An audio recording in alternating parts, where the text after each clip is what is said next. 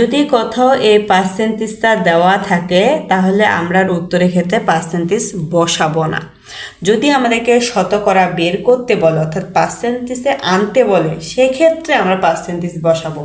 এখানে কিন্তু পার্সেন্টেজ দেওয়া আছে, বলছে 50 এর 10% ইকুয়াল হোয়াট, তার মানে পার্সেন্টটা দেওয়াই আছে। আমরা এই চিহ্নটা কিন্তু শতকরা প্রকাশের চিহ্ন, অর্থাৎ যেখানে এই চিহ্নটা থাকবে সেটা মানে হচ্ছে 1/100। এখন এখানে যত পার্সেন্ট বলবে, যদি বলে 5% তাহলে 5/100 হবে। যদি 10% বলা হয় তাহলে 10/100 হবে। আচ্ছা, এখানে কত বলা হয়েছে? এখানে বলা হয়েছে 10%, তার মানে অলরেডি পার্সেন্ট চিহ্ন কিন্তু দেওয়া আছে। কি বলা হয়েছে? 50 এর মানে আমরা জানি গুণ, তাহলে এখানে কি হবে? 50 ইন্টু এই পার্সেন্টেজ মানে হচ্ছে 1/100। এখানে যেহেতু 10% দেওয়া আছে তাহলে কি হবে? 10/100। অ্যান্ড এইটাকে যদি আমরা কাটাকাটি করি তাহলে আমাদের কি হবে? 50 একে আমরা যদি একে 2 দিয়ে দিই তাহলে 2, এটাতে কাটলে হবে 5। তাহলে আমরা কি পাচ্ছি? 5। এই জায়গায় কিন্তু আর পার্সেন্টেজ চিহ্নটা বসবে না। যদি আমরা পার্সেন্টেজ চিহ্ন বসাই তাহলে অঙ্কটা টোটালি ভুল হয়ে যাবে।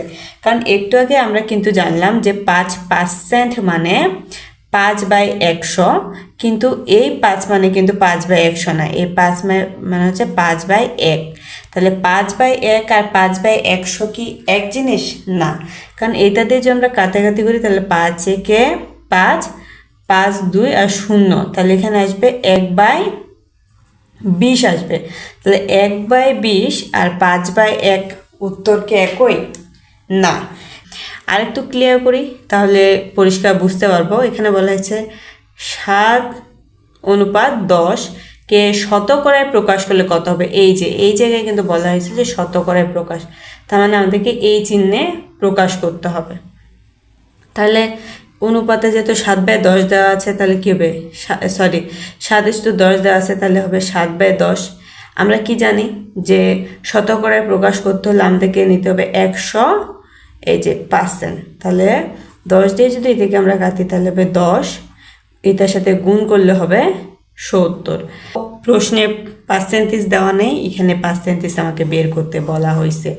তাহলে এই যেহেতু একটু আগে আমরা জানছিলাম যে এই চিহ্নটা হচ্ছে শতকরার চিহ্ন, তাহলে এই চিহ্নে আনতে গেলে মানে যখন শতকরা আমাকে প্রকাশ করতে বলবে তখনই কিন্তু আমি এই চিহ্ন বসাবো। আর যখন আমার চিহ্নটা দেওয়াই থাকবে